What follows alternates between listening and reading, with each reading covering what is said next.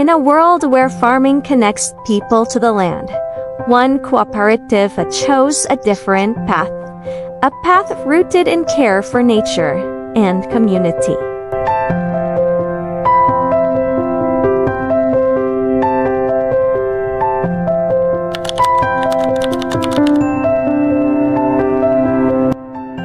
Alnemco began with a shared vision to empower coconut farmers and create sustainable livelihoods from the very land they nurture. Tulong sa walang-wala yung mga magsasaka na maliliit, paano na sa kanilang pangkabuhayan. Bakit nag-focus kami sa coco peat? Kasi waste ito ng bunot. Pero hindi pala ito waste, ito isang biging pera din, convert to cash ito.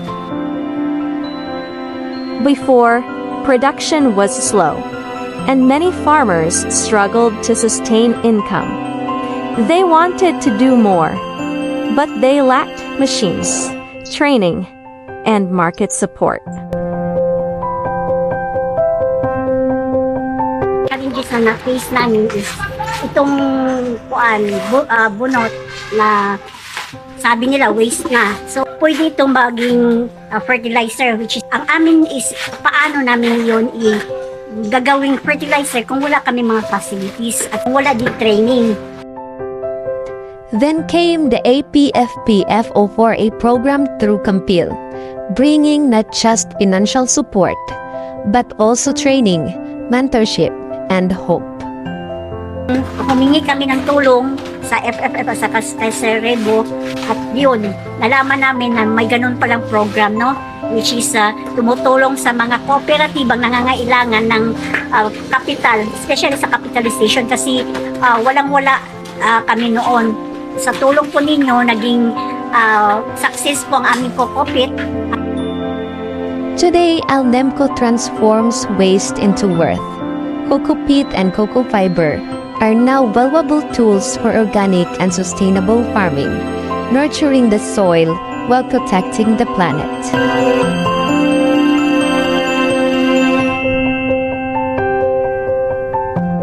With the use of organic, isa po ito sa makakatulong sa ating ecosystem na matugunan ang anong nawala sa ating environment. Pwede talaga itong coco peat. Kaya dito kami nag-focus kasi nakakatulong ito sa kalikasan, hindi lang sa kalikasan, pati sa health ng tao at saka sa lupa. The impact is felt across the community. Higher income, stronger unity, and a deeper respect for the environment.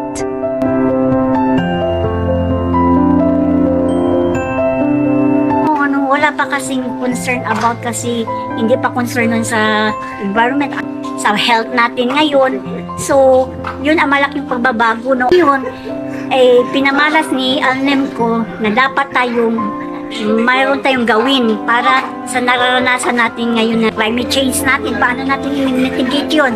Si Alnemco, gumawa ng paraan na ang coconut husk gawin yun na coco peat, which is natural fertilizer, na makakasagot sa mga paghihirap na magniniyog.